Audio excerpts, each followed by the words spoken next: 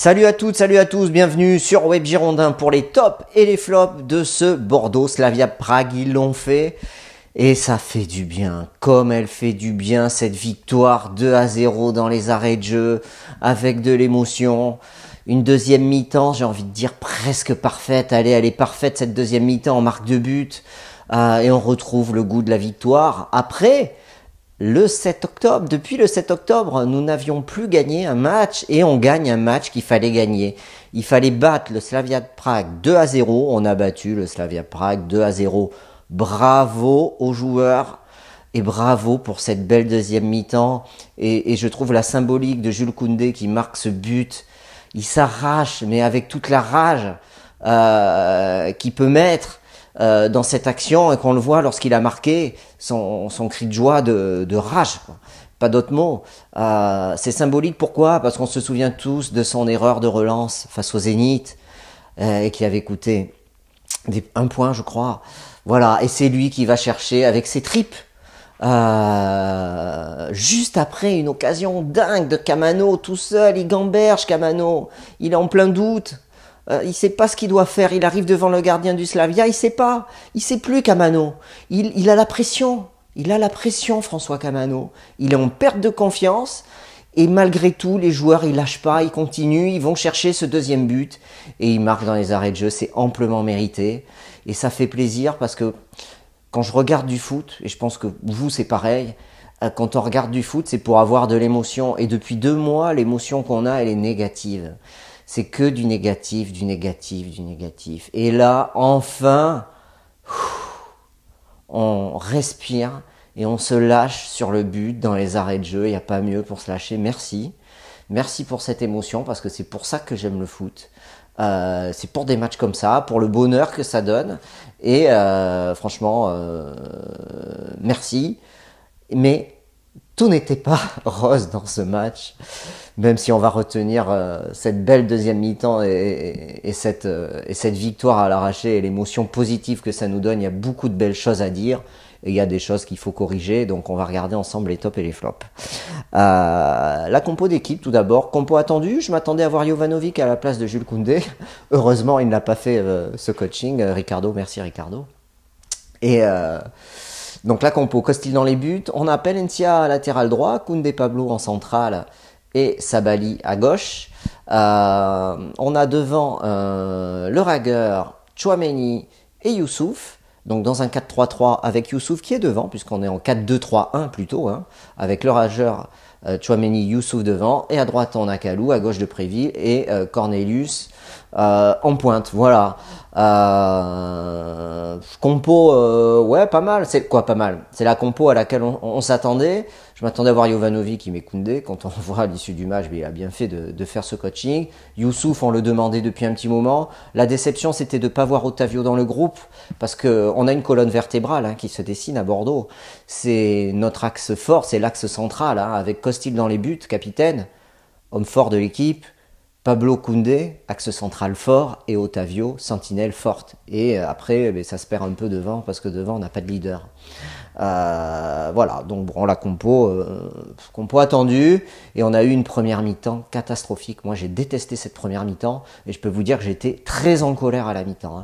Quand on a vu l'investissement de certains joueurs, les erreurs techniques, incapables de faire une passe, donc je vais y venir dans le top et flop en 45 minutes, on pouvait s'interroger, jamais je nous voyais gagner à la mi-temps, je n'imaginais même pas qu'on puisse être capable de marquer un but. Donc cette victoire 2-0, elle est plus qu'inespérée, elle vient récompenser les efforts qu'ils ont fait et ils sont allés la chercher, ils sont vraiment allés la chercher cette victoire, voilà, en deuxième mi-temps.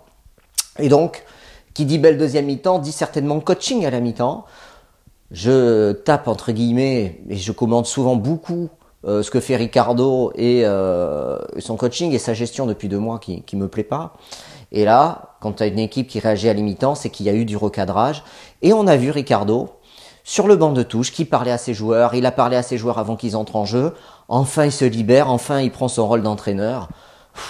Franchement, j'ai envie de dire qu'ils ne tiennent pas compte de son statut de manager. Tant pis s'ils prennent les amendes, mais qu'il aille jouer son rôle d'entraîneur et ça sera bénéfique pour l'équipe et je trouve qu'il était plus en dedans ce soir.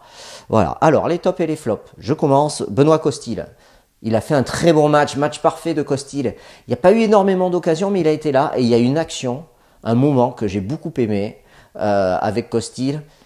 C'est c'est en fin de match, quand il se fait percuter, qu'il s'énerve un peu. Et bien moi, ça m'a plu de voir Benoît Costil s'énerver. Il doit se faire respecter. Et c'est bien qu'il se fasse respecter, Benoît Costil. Il a la hargne, c'est un combattant. Et souvent, ça transparaît pas quand il est dans ses buts. Il dégage une impression de calme qui pourrait presque aller jusqu'à la passivité. On pourrait même penser que c'est de la passivité. Non, là, on l'a vu s'énerver. Moi, ça m'a plu. Et j'ai aimé ses relances rapides dans le jeu. Il a fait des relances justes pendant les dernières 20 minutes. Et ça a été bénéfique au jeu des Girondins. Donc, pour ça, je le mets dans les tops, Benoît Costil. Il a été un bon capitaine ce soir pour nos Bordelais. Et il a bien guidé l'équipe. Pablo, alors Pablo, il fait un match extraordinaire au top, Pablo. Relance, timing, placement, feinte. Franchement, il a jamais été aussi bon. Pablo, il fait une année 2018 incroyable. C'est incroyable l'année qu'il fait, quoi. Voilà. Au top. Jules Koundé, comment ne pas le mettre dans les tops? Il a fait un très bon match. Même si on isole son but et qu'on n'en tient pas compte, mais il fait un match parfait, Jules Koundé. Et puis il va chercher à l'arracher dans la surface. Les attaquants ils marquent pas, mais lui, les défenseurs centrales, il a 20 ans, mais il s'arrache. La hargne formée au club, c'est ça qu'on veut, ça fait plaisir. On a besoin de s'identifier à des joueurs formés au club qui nous donnent cette hargne, cette gagne dans des actions positives. Et ça, c'est parfait. Et ça, je dis oui, un grand oui. Bravo, bravo Jules. Un top pour toi. Sabali. Je vais parler des deux latéraux. Sabali. Alors Sabali, je l'ai trouvé très effacé. Alors je ne sais pas si c'est le fait de jouer à gauche, de jouer à droite. C'est compliqué. Match correct de sa part. Même si je crois qu'il est passeur décisif. Alors j'ai plus trop tout en tête, je ne l'ai pas noté. Même si je crois qu'il est passeur décisif sur le deuxième but. Je ne voudrais pas dire de bêtises. Voilà.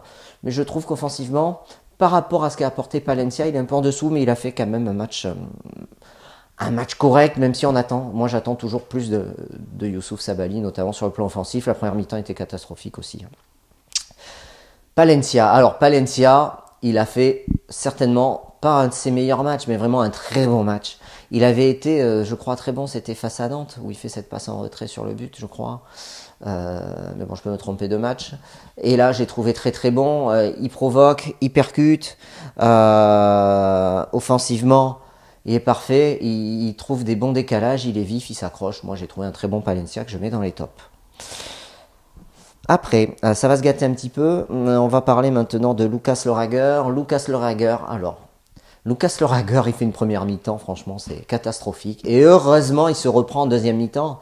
Je pense qu'on a dû lui souffler un peu dans les branches, mais la première mi-temps, 1 mètre de retard, 2 mètres de retard sur chaque action, des passes ratées. C'est pas possible, quoi, Lucas. C'est pas possible. Il avait été très mauvais lors de son entrée contre Dijon.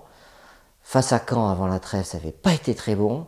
Là, heureusement qu'il fait une bonne deuxième mi-temps. Par contre, techniquement, il va falloir qu'il ajuste un peu mieux ses passes. Hein. Voilà. Donc, match moyen de sa part au final. Une mi-temps équilibre l'autre. Mais il n'y a pas de quoi sauter au plafond. Aurélien Tchouaméni. Pas facile, il était associé à Lerager à la récupération. Il n'y avait pas vraiment un taulier, parce que Lerager, je ne le considère pas comme un taulier, même s'il apporte beaucoup physiquement. Là, il l'a fait en deuxième période. Voilà, donc Tchouaméni, il a fait son match. Il a fait son match, Aurélien Tchouaméni, pas dans les tops, pas dans les flops, mais il a fait le match qu'il fallait. Il a pris de l'expérience et c'est bien. C'est bien, il continue. Il n'avait pas joué le dernier match, il avait été mis au repos. On va voir si dimanche, il postule pour un poste de titulaire. Même si Otavio va faire son retour et on peut pressentir que dimanche face à Paris, on devrait avoir du Otavio, Sankaré, Lerager. Voilà, bon, à voir, à confirmer, voir s'il y a des joueurs qui ont marqué des points qui peuvent intégrer le groupe pour dimanche face à Paris. Youssouf, alors Youssouf, très belle première mi-temps, très belle première mi-temps. Dans la première mi-temps qui était très terne de la part de ses coéquipiers, voire catastrophique pour certains. Mais lui, ça a été un peu l'éclaircie au milieu de ce brouillard. Il a fait un très bon coup franc qu'aurait pu trouver la lucarne. À noter la très belle partie du gardien du Slavia Prague qui a fait de nombreux arrêts face à nos attaquants. Hein. Voilà, bon match de Youssouf, pas dans les tops, il s'est éteint un peu, mais bon match, il s'est donné. Faut qu'il prenne confiance, faut qu'il prenne du volume de jeu, mais bon, ça faisait presque 3 mois qu'il n'avait pas été titulaire, donc bon, il faut qu'il emmagasine de la confiance, et j'espère qu'on le reverra, assez rapidement dans les matchs. Voilà. Il va y avoir de quoi jouer en décembre, il devrait, j'espère, faire de nouveau partie du groupe de titulaires et avoir un peu plus de temps de jeu. Voilà, donc on a fait les 3, on va passer aux 3 de devant, après les 3 du milieu. Alors, 3 de devant, on va parler de Depréville. Je vais vous parler de Depréville. S'il marque pas son but, je le mets dans les flops. Je vous le dis, s'il ne marque pas le but, pour moi, Depréville, c'est un flop ce soir. Mais il marque son but. Donc, un but qui débloque la situation. Il a le mérite de tenter la frappe et de la mettre. Il fallait le faire, ça lui redonne confiance, j'espère. En tout cas, il a caché sa joie sur le but. Beaucoup de frustration, je ne sais pas ce que ça signifie, il faudra qu'on lui demande. Ça serait intéressant d'entendre parler Nicolas Depréville. Par contre, la première mi-temps, elle arrive incapable de faire un contrôle, une passe, une conduite de balle. Et conduite de balle, le ballon il part à 1 mètre, il perd le ballon. Voilà, donc bon, il y a le but, il est décisif, c'est ce qu'on demande aux attaquants. Voilà, donc au final, c'est ni top ni flop, en espérant qu'il puisse hausser son niveau de jeu pour de nouveau apporter au club et apporter à l'équipe. Voilà. Cornelius, alors Cornelius, je vais dire une méchanceté, mais c'est caricatural, hein, mais c'est pas méchant. Il y a l'impression qu'il a les pieds carrés, quoi. Donc, plus je le vois jouer, plus c'est difficile. Il a fait une entrée catastrophique face à Dijon lors du dernier match. Et là, la première mi-temps, elle est nulle. Voilà. Il perd des balles, il est mal placé dans le jeu, il tergiverse un peu, il porte un peu trop le ballon. Pendant la première mi-temps, les contre-attaques, il ne joue pas très bien, même en deuxième mi-temps, il n'en a pas bien joué. Après, en deuxième mi-temps, il a progressé dans le jeu de haut but. Je pense qu'il a dû se faire recadrer. De jeu de haut but, il a progressé et ça a servi Bordeaux, puisqu'il a réussi à garder quelques ballons de haut but et il a permis à l'équipe de remonter et de jouer contre-attaque. Par contre, il a un peu vendangé certaines contre-attaques. Il a une grosse occasion en première mi-temps à 6 mètres, il la met pas au fond. Voilà, compliqué quoi. Donc lui aussi, faut qu'il hisse son niveau de jeu si on veut espérer faire quelque chose, parce que entre lui et Briand, pour l'instant, on n'est pas gâté. Il a joué tout le match Cornelius. Voilà, donc match moyen. Voilà, je crédite d'un match moyen. Depréville, je ne l'ai pas noté, il a été remplacé par Camano à la 69e. Et Camano, on va tout de suite faire le top flop de François Camano. Malheureusement, c'est un flop. Il a une occasion, il a la balle pas de la qualification, parce que notre destin n'est pas entre nos mains, mais il a la balle de survie dans les pieds tout seul. Hein, et il tergiverse, quoi. J'en ai parlé en début de vidéo, il tergiverse François Camano, et il doute. François Camano, il est en plein doute. Je trouve que tout ce qu'il a tenté, il l'a raté pendant qu'il a joué 20 minutes. Voilà, donc attention, François, ressaisis-toi, pense pas à ton contrat, ne te fais pas mettre la pression par qui que ce soit. C'est vrai qu'il y a une sortie dans la presse qu'il a peut-être mis en marge du vestiaire, j'en sais rien, mais en tout cas, quand tu sors comme ça dans la presse, après il faut être décisif. Alors c'est pas lui qui est sorti dans la presse, mais bon, ça concernait son contrat, sa revalorisation, etc. Il était dit qu'il voulait être revalorisé et il comparait notamment son salaire versus Nicolas Depréville. Alors c'est l'article qui le mentionnait. Voilà. Donc oui, mais là, ce qu'on regarde, ce sont les occasions. Et heureusement que Jules Koundé va marquer ce deuxième but, parce qu'on en aurait beaucoup reparlé de cette occasion manquée de François Camano.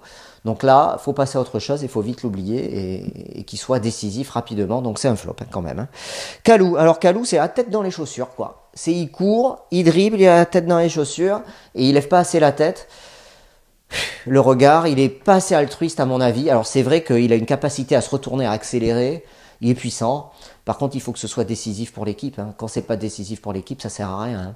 Donc les joueurs qui sont individualistes et qui manquent d'altruisme, ça peut être intéressant dans une équipe quand ils te font la différence et qu'ils te font gagner, qu'ils te font marquer des points. Mais quand ils te font pas marquer des points et quand ils te font pas gagner, mais c'est compliqué parce que tu leur en veux puisqu'ils apportent rien. Ils sont individualistes et en plus ils apportent rien.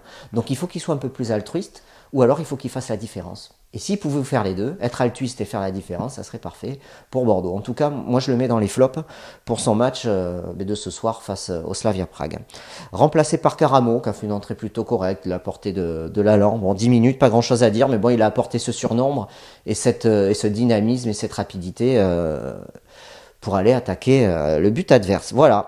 Sankaré qui a remplacé Youssouf, 75e, il fait 2 frappes. Voilà, il se met en position de frappe, mais il n'est pas en réussite. Il prend un carton jaune qui est un peu con, si je puis me permettre. Il va râler parce que Kamano se prend une manchette. D'ailleurs, il reste 5 minutes par terre alors qu'on doit jouer vite. Mais bon, c'est dommage que Younous prenne ce carton jaune. Il ne sera pas là face à Copenhague et ça peut nous être préjudiciable parce qu'on sait qu'il peut nous apporter dans la rapidité, la transmission de balle et dans le jeu vers l'avant. Voilà. Donc entrée plutôt moyenne, même s'il s'est créé des frappes, voilà, ni top ni flop. Voilà, concernant son entrée.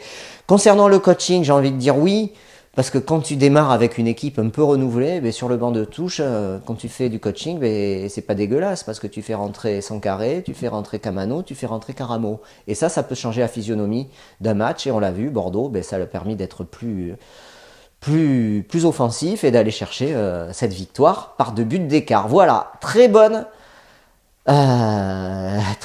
fin de rencontre des Girondins et ça fait plaisir de commenter enfin une victoire. J'en avais un peu ras-le-bol de commenter des matchs nuls ou des défaites. Prochain match c'est face à Paris. Et dernier mot, j'allais oublier, les conditions pour se qualifier. Donc je crois que c'est le 13 décembre, le match face à Copenhague. Ça sera là-bas. Il faudra que Bordeaux batte Copenhague et il faudra que dans le même temps, le Zénith batte le Slavia Prague. Attention, ce match entre le Slavia et le Zénith sera à Prague et le Zénith est déjà qualifié. Voilà, donc on n'a pas notre destin en main, mais si on peut aller se jouer une petite finale, ça nous fera vivre, j'espère, une belle soirée de foot. Voilà, allez, je vous donne rendez-vous sur Web Girondin, vous aussi votez pour votre meilleur joueur, rendez-vous aussi sur le site tous ces jours qui s'annoncent jusqu'au match de Paris. Voilà, allez, salut, merci de votre fidélité et à bientôt, ciao.